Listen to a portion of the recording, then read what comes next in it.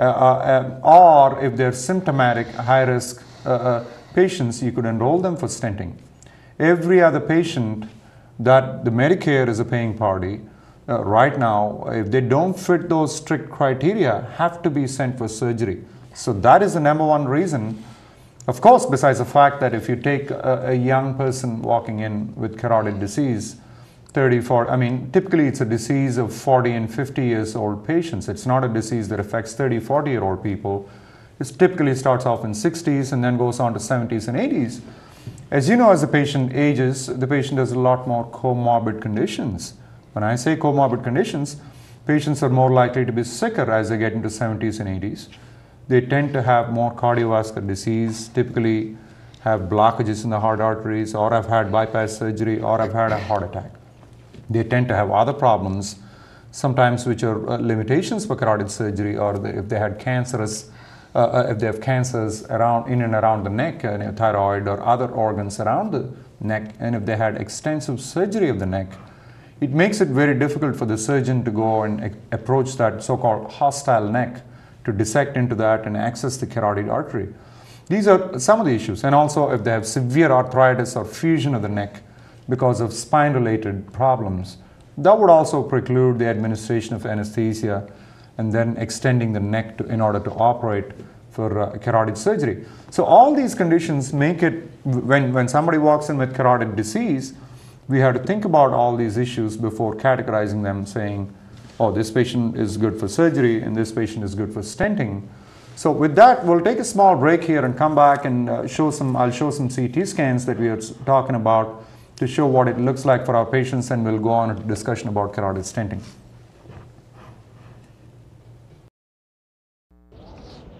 Reviewing medical breakthroughs of the early 21st century, Cardiovascular Institute of the South implemented the latest technologies in healthcare. The ability to scan the heart with thousands of images in mere seconds, CIS achieved an unprecedented level of speed and clarity. CIS and Opelousas General formed the Heart and Vascular Institute, the only heart system in St. Landry Parish, using advanced techniques like the 64-slice CT scanner. Cardiovascular Institute of the South. Tomorrow's technology, today. Case number 1. Welcome back to our live call-in show here from Heart and Vascular Institute of Opelousas and Cardiovascular Institute of the South.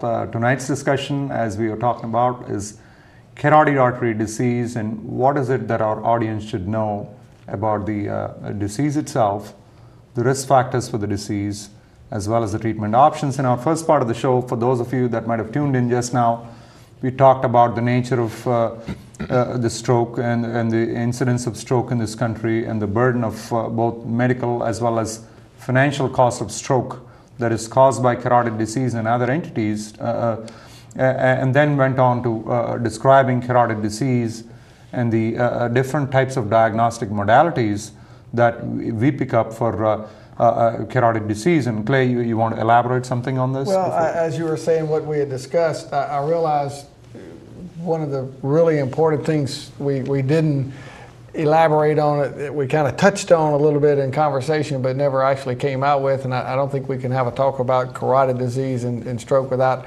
informing the audience of the signs of what to look for a stroke, and I think that's what we're here for, is to educate the audience. And Absolutely. So I felt like I was impelled to at least talk about the signs and symptoms of a stroke, which, and we, like I said, we've kind of touched on it, but it's worth repeating again before we move on to the more technical part of what we're going to be talking about. But any patient that's having weakness in one side. Strokes are usually what we call unilateral, meaning affect one side at a time. If both hands are weak or both legs are weak, it's usually not a symptom of that much of a stroke.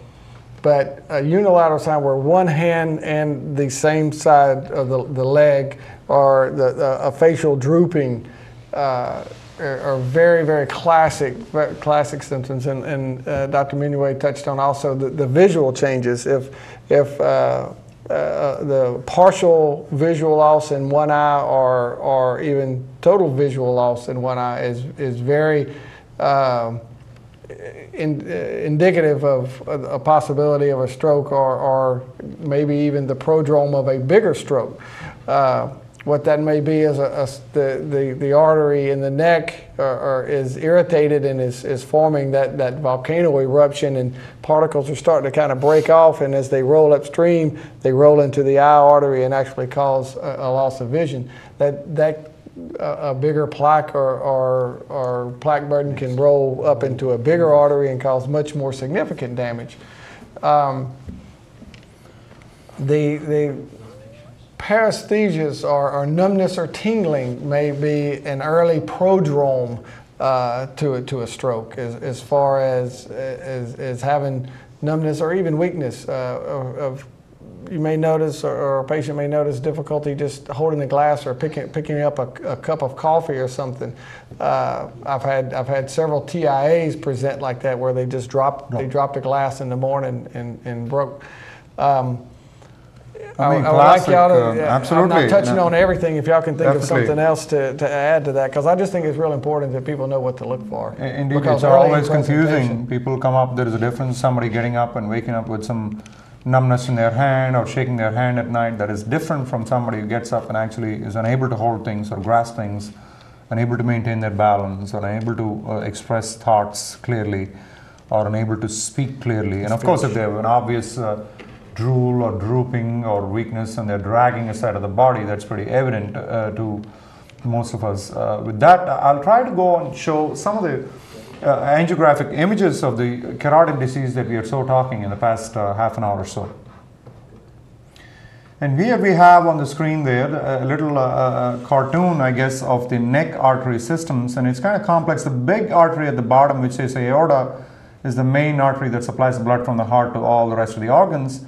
And then it forks out, and the two arteries in the center that are going up straight up are going up to the brain, and it's the so-called common carotid arteries, or the ones before they divide, and the arteries that are going away are going to the shoulders, or the subclavian arteries, and the arteries that are further leading all the way up, where it says internal carotid artery, the line that is leading to the top of the screen is the internal carotid artery. And typically, the blockages that we are talking about form at the junction of that fork between the internal and the other external carotid artery. The external carotid artery and its branches typically supply the face and facial throughout the entire face and scalp and stuff, whereas the internal carotid artery goes up to the base of the skull, dives through the base, and goes and divides and supplies the entire brain. Next image, please. And we'll show some real schema of this is a CTA, or the CT angiogram, which it really shows a patient there showing normal looking carotid arteries. As we just talked about, you can see the neck of the patient there. And next image, please. And here we see again a 3D rendering or 3D reconstruction of a carotid artery that really is undiseased and relatively healthy. And you can see the artery forks into two, higher up in the neck below the jawline. And the artery that is larger in caliber and then goes straight up is the internal carotid artery. And the artery which is somewhat smaller and divides in the neck is the external carotid artery.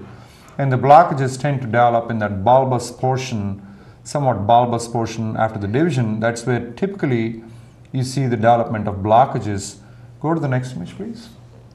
And here we have blockages clearly indicated, fairly severe blockages at that, indicated by these yellow arrows. If they all came with yellow arrows like that. On both the sides, showing the pinching of the arteries right there, as we indicated before, right at the junction of these two arteries dividing, you see this pinching of the arteries. I mean, it's typically, and here again, this again a CT image, but an angiogram even looks exactly like this.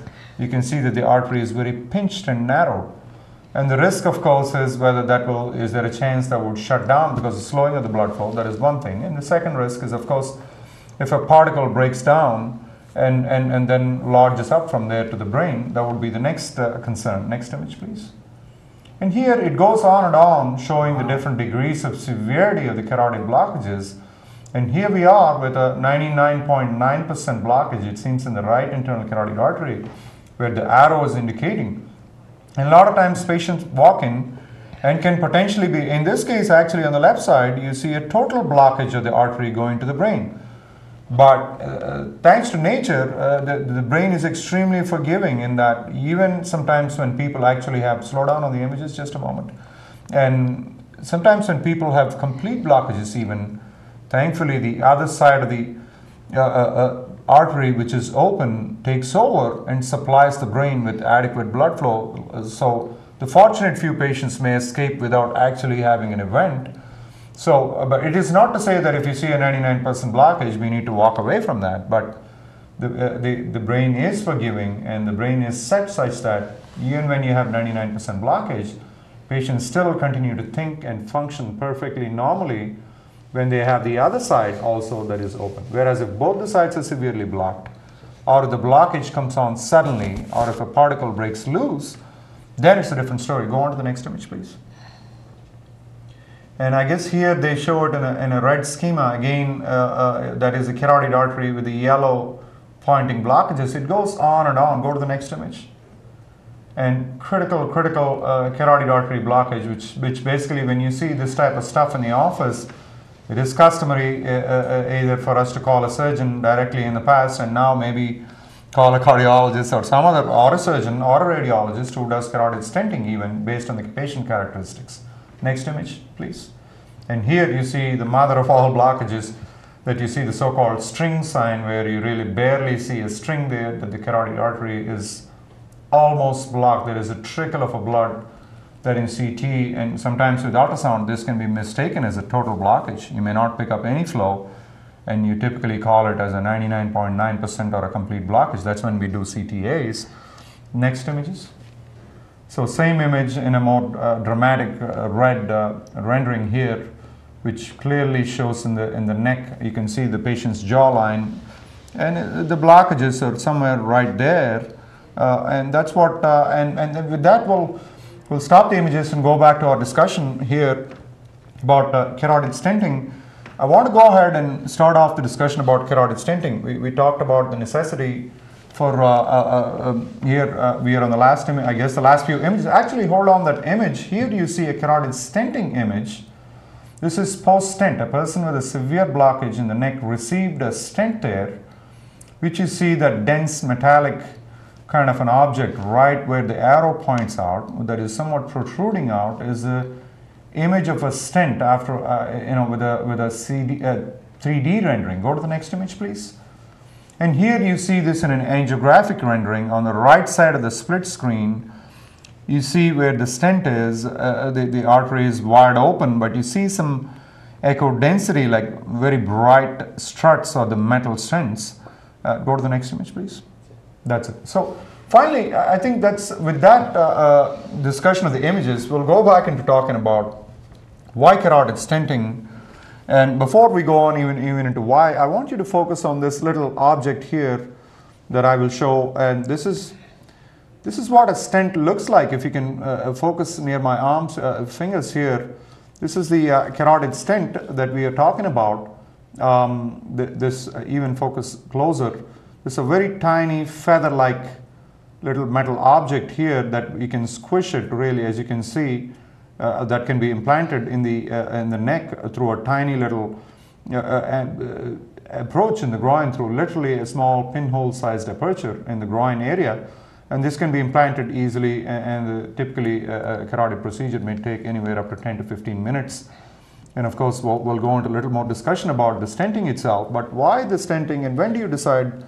I touched on that, but when do you see a patient in your practice and decide this patient would be suitable for carotid stenting? Well, again, before I get started on that, I want to say that stent is not put in the neck in that form, right? That is crimped down very, very, very small and stuffed inside of a catheter, which the whole catheter then is slid into the neck, and then the catheter is pulled back, and the stent is self-expanding and then will expand to open up. So it's much smaller than that as it's being delivered. That's the actual size once we're done. But to select a patient for stenting, and some of the things we've already touched on, but again, to reiterate, is the overall health of the patient. Okay, is the patient even a candidate to be put to sleep. That's one of my first things I think about, because we do see some very ill elderly patients that have multiple medical